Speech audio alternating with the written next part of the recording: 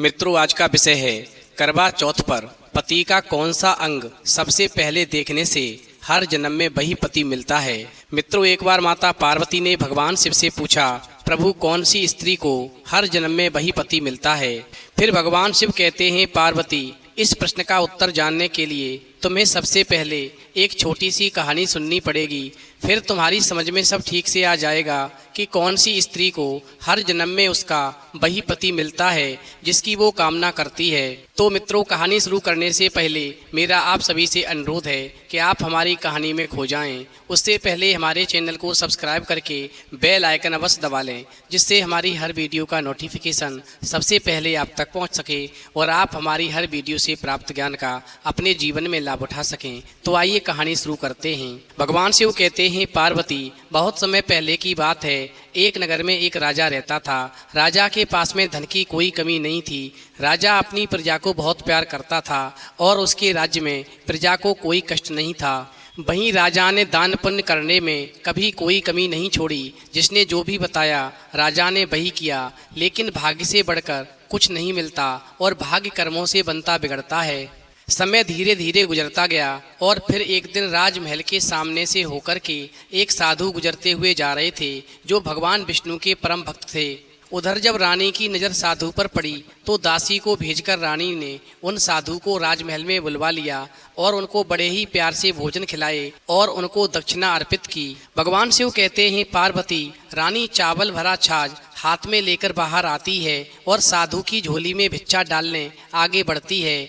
तो उसके चेहरे पर छाई उदासी को देख करके साधु महाराज रानी से पूछते हैं, हे रानी क्या हुआ है, आप इतनी उदास क्यों हैं। फिर रानी साधु को सारी हकीकत बताती है और सिसकने लगती है, यानी रोने लगती है। उस पर वो साधु कुछ पल गंभीर हो जाते हैं और रानी से कहते हैं, हे रानी चिंता मत करो, आपकी संतान की इच्छा अवश्य पूरी हो जाएगी और आपकी कोख से एक पुत्र जन्म लेगा।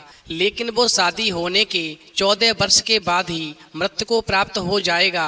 इससे ज़्यादा वो इस मृत्युलोक में नहीं रह पाएगा। अब इससे ज़्यादा बढ़कर आपको कुछ भी देना मेरे लिए संभव नहीं है। और फिर वो साधु इस प्रकार अपनी पूरी बात करते हुए अपनी झोली में हाथ डालता है और झोली से थोड़ी सी भभूत निकाल करके रानी को देता है और कहता है, आप और महाराज दोनों इसे बांटकर ग्रहण करना, तुम्हें जल्द ही पुत्र की प्राप्ति होगी।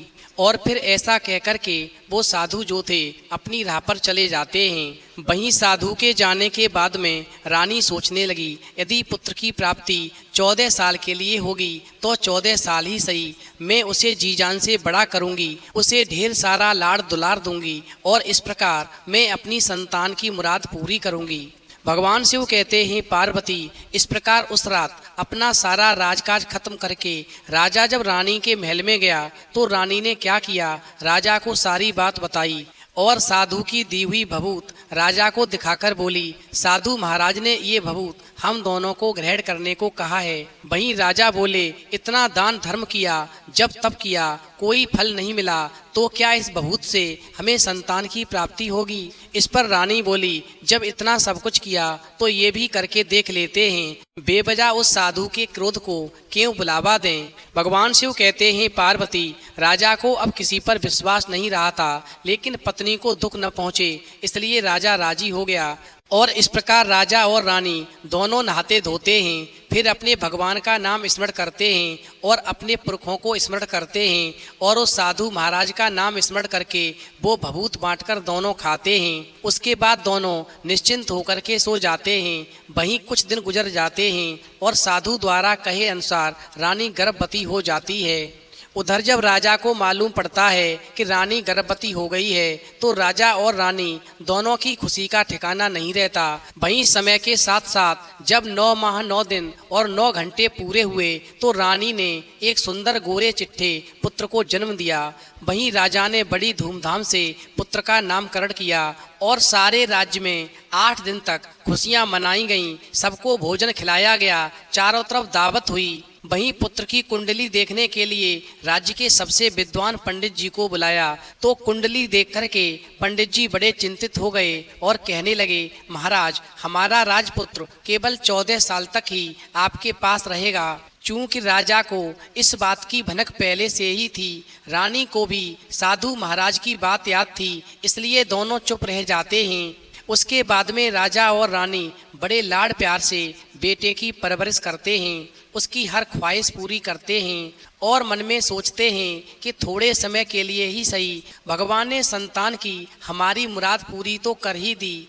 उधर राजपुत्र रोजाना धीरे धीरे बड़ा होता है। जब वो 7 वर्ष का हो जाता है तो राजा एक अच्छे गुरु की नियुक्ति करके उसे पढ़ाई लिखाई, राजशास्त्र, शस्त्र विद्या, घुड़सवारी इत्यादि 12 विद्याओं का शिक्षण देते हैं।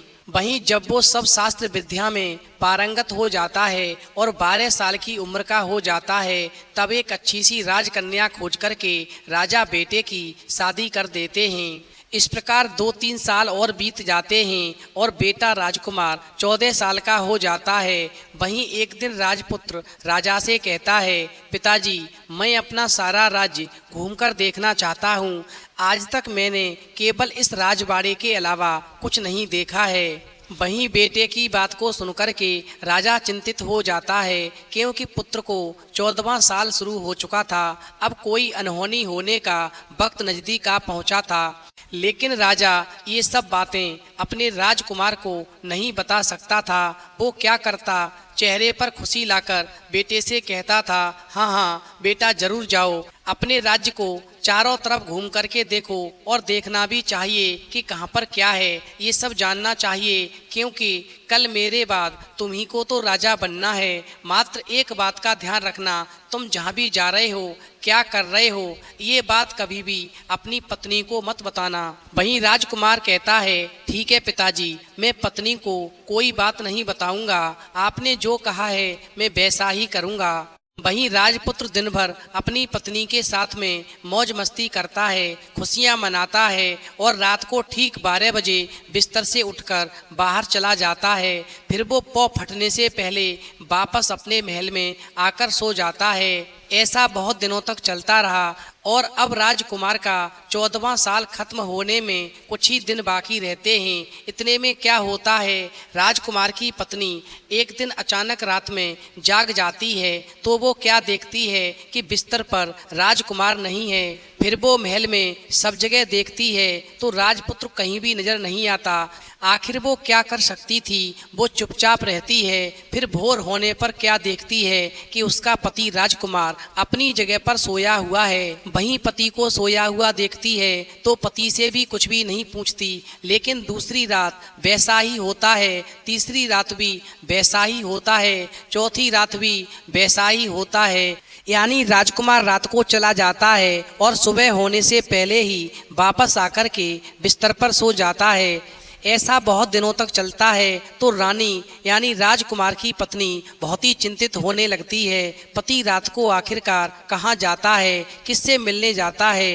राजकुमारी के मन में ढेर सारे सवाल उठते हैं, लेकिन राजकुमार की पत्नी को राजकुमार से कुछ भी पूछने में डर लगता है, शायद पति गुस्सा कर बैठे। वहीं सास ससुर से पूछने के बारे में सोचती है, यदि मैं सास ससुर से पूछूंगी कि आपका बेटा रात्रि में कहाँ जाता है तो हो सकता है कि उनके कुल की मर्यादा बीच में आ जाए। इसलिए कुल की मर्यादा रखने के लिए वो चुपचाप रहती है। यानी राजकुमार की पत्नी अपने सास ससुर से यानी राजा रानी से भी कुछ भी नहीं पूछती। वहीं इस तरह मन ही मन में वो कुढ़ती रहती है। इस हालत में उसे खाने पीने में दिलचस्पी नहीं होती। धीरे धीरे वो दुबली पतली होती जाती है। वहीं उस राज्य में एक दिन फूल बेचने वाली एक बूढ़ी मालिन थी। वो हमेशा छोटी रानी को फूल देने उसके महल में आती थी, यानी राजकुमार की पत्नी को फूल देने के लिए आती थी। वहीं एक दिन राजकुमार की पत्नी को जब उस बूढ़ी मालिन ने उदास देखा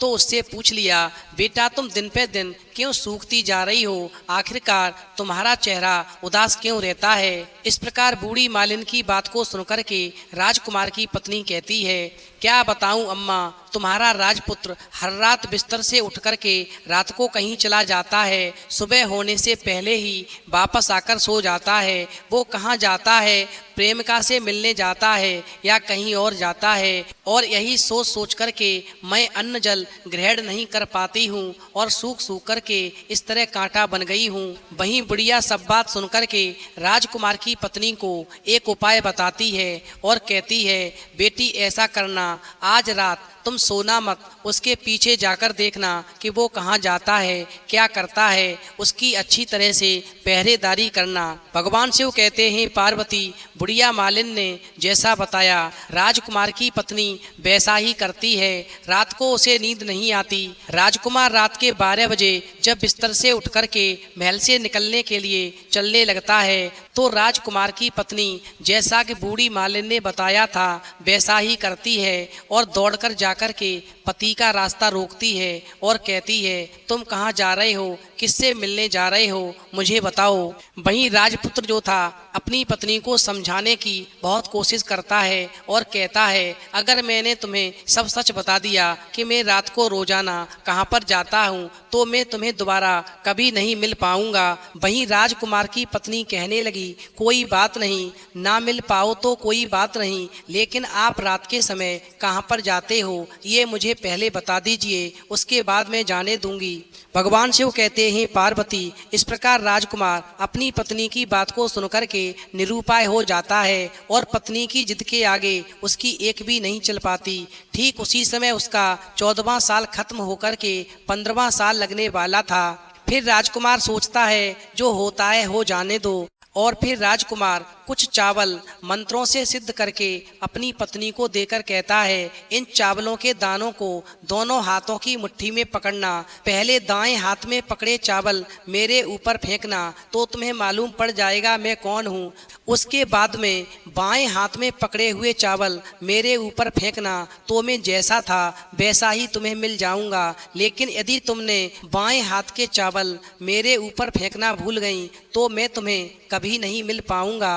वहीं राजकुमार की पत्नी कहती है, प्रीतम चिंता मत करो, मैं नहीं भूलूंगी। इस प्रकार राजकुमार की पत्नी बड़े ही आत्मविश्वास के साथ में इतना कहकर के दाएं हाथ में पकड़े चावल पति के ऊपर फेंक देती है तो राजपुत्र एकदम से एक फूल के रूप में परिवर्तित हो जाता है और उड़ता हुआ वैकुंठ में पहुंच के माता लक्ष्मी के महल की शोभा बढ़ाने लगता है। भगवान शिव कहते हैं, पार्वती इस प्रकार राजकुमारी को बड़ा पश्चाताप होता है और वो स्वयं को कोसने लगती है, लेकिन अब उसका कोई फायदा होने वाला नहीं था क्योंकि राजपुत्र अब वापस आने वाला नहीं था। उधर सुबह होते ही राजा रानी को सारी बात पता चलती है तो उन्हें बहुत दुख होता है और वो राजकुमार की याद में बिस्तर पकड़ लेते हैं और राह देखते हैं कि एक दिन उनका बेटा वापस आ जाएगा।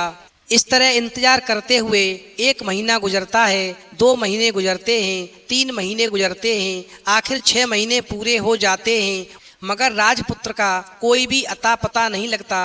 तो राजा राजकुमार को ढूंढने के लिए राज्य के गांव-गांव सिपाहियों को भेजता है, लेकिन उन्हें भी कोई सफलता नहीं मिलती। इधर राजकुमार की पत्नी स्वयं को मन ही मन कोसती है और प्रण करती है, चाहे कुछ भी हो जाए वो अपने पति को ढूंढ कर लाएगी, उसे घर वापस लाएगी। और ऐसा सोच करके राजकुमार की पत्नी एक दिन सुबह उठ करके अपने सास ससुर के महल में जाती है, यानी राजा रानी के पास जाती है और कहती है कि मैं अपने पति की खोज में जा रही हूँ, मुझे आप अपना आशीर्वाद दो जिससे मैं अपने पति को ढूंढ सकूं, क्योंकि मुझे हर जन्म में इसी पति की अभिलाषा है, मुझे हर जन्म में यही पति चाहिए। वहीं राजकुमार की पत्नी की बात को सुनकर के राजा रानी कहने लगते हैं, बेटी तुम जो भी चाहे करो, जहाँ भी जाना है जाओ, लेकिन हमारे बेटे को वापस लेकर के जरूर आओ, भगवान तुम्हें कामयाबी दे। भगवान शिव कहते हैं, पार्वती इस प्रकार राजकुमार की पत्नी अपना शाही भेष बदल करके एक सेठानी बन जाती है और अपने पति को ढूंढने के लिए एक ऐसे स्थान पर पहुंचती है जहां पर बियाबान जंगल था, चारों तरफ फूलों के अलावा कुछ भी नहीं था। इस प्रकार राजकुमार की पत्नी जब थोड़ा और आगे बढ़ती है तो उसे एक कामधेनु गाय मिलती है जिसके ऊपर जंगली जानवरों ने हमला कर दिया था।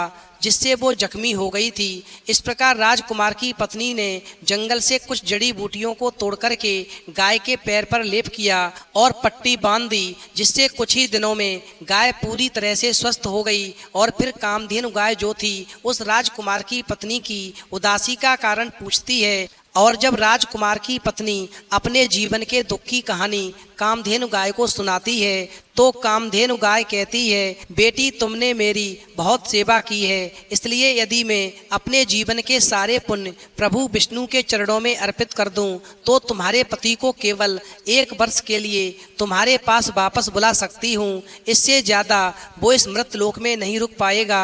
वहीं कामधेनु गाय की बात को सुनकर के राजकुमार की पत्नी कहने लगती है, हे कामधेनु माता, आप 1 वर्ष के लिए ही सही मेरे पति को वापस बुला दो और मुझे कोई ऐसा उपाय बता दो जिससे मैं हर जन्म में अपने इसी राजकुमार को प्राप्त कर सकूं। यानी मुझे हर जन्म में पति के रूप में यही राजकुमार मिले, क्योंकि 1 वर्ष के बाद अपने पति के साथ साथ मैं भी अपने जीवन का त्याग कर दूंगी और अगले जन्म में फिर उन्हीं के साथ में शादी करके सुखपूर्वक जीवन बिताऊंगी।